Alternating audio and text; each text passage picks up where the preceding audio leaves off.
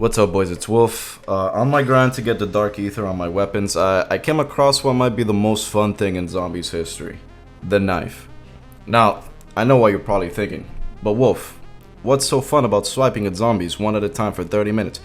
And listen, I agree, it has its quirks, like these knifing animations that look like they were made by fucking lizards.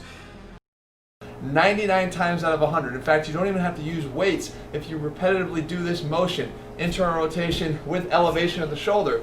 You're gonna get eventual breakdown almost every single time. Again, the variation in the time it takes to cause the breakdown is gonna change from person to person, but that motion combination is not a good thing. Thank you, Jeff. Also, sometimes your character feels like stabbing and not slashing, and that animation is slower than a snail with asthma, and it's also just extremely buggy.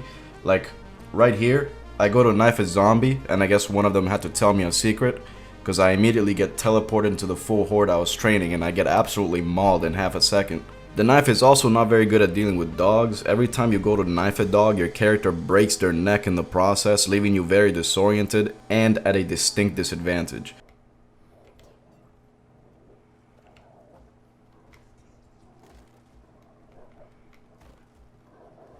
Fascinating.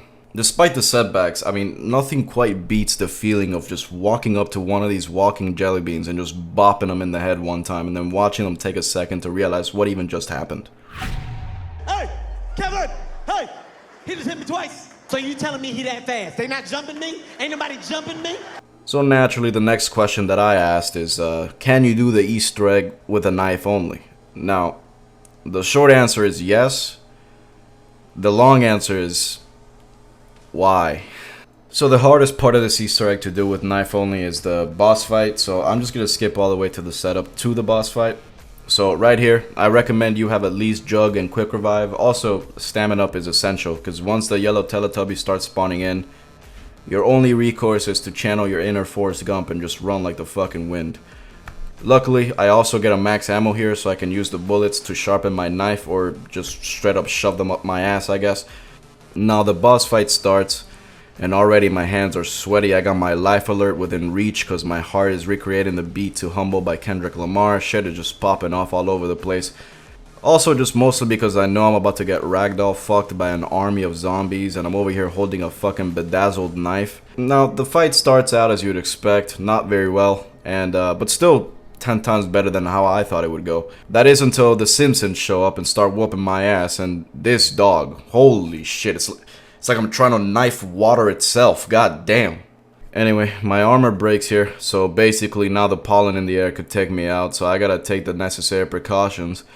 Shortly after, Orlov finishes his sequence with absolutely zero help from me, so if you guys need any tips in completing this boss fight, go ahead and take some notes. Then the second phase starts, and then my boy Orlov starts yelling out for help, and I say, I got you, boss, and yeah, I instantly get fucking obliterated, as you'd expect. Now right here is where I break my... Jesus, what just fell? What is that? It's at this point where I break my knife only rule and start using C4, because I mean, at this point, I might as well just start throwing paper airplanes at the zombies, probably get more kills that way. And after a while of running around aimlessly, the game just kind of decided to move to the phase 3, through what I can only assume is pure pity for me, not knowing that moving it to phase 3 was actually worse than just leaving it at a 2. Now Orlov is in this little corner, and if you guys remember, I decided to use a knife because I was dropped as a baby.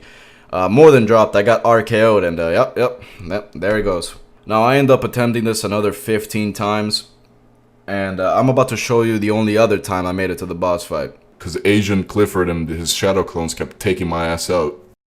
But anyway, here we are on phase 2 already. I promise you the beginning of this run wasn't much better than the last. But really, playing through this boss fight made me realize all the inherent issues with the knife in this game. I think alternative playstyles are necessary for zombies to remain like fresh and fun. Probably more so than maps, because there will always just be downtime between map releases where there's no new content to dive into. I think weapons like the knife could be that if it was just more than a one-shot weapon till whatever round. First of all, speed colas should make your knife swing faster. That's just the very least you could do for it. Also, when you pack-a-punch it, you could make it do AoE damage or something like that, or just a completely different, just make it have an effect. Because as it stands right now, the knife is pretty much just a gimmick, and it really speaks to the general direction of zombies, which is just to simplify the upgrading process. Now, don't get me wrong, it works in this game, and I love playing it, but when you realize there are 3 different ways to upgrade your weapons, and all they do is just add more damage, you start to see the lack of variety in the gameplay itself. It has been a long time since the days of pack-a-punching your gun and getting cool effects, like the starting pistol in Black Ops 1 was the weakest weapon in the game, but then you pack-a-punched it and it became one of the best weapons in the game. And that was your reward for keeping it that far into the game. There's nothing like that in Cold War. Only more damage, which again is fine and it works within the game, but also just grows stale after a little bit. And what was the point of this video? Oh, the RPG is the best gun in the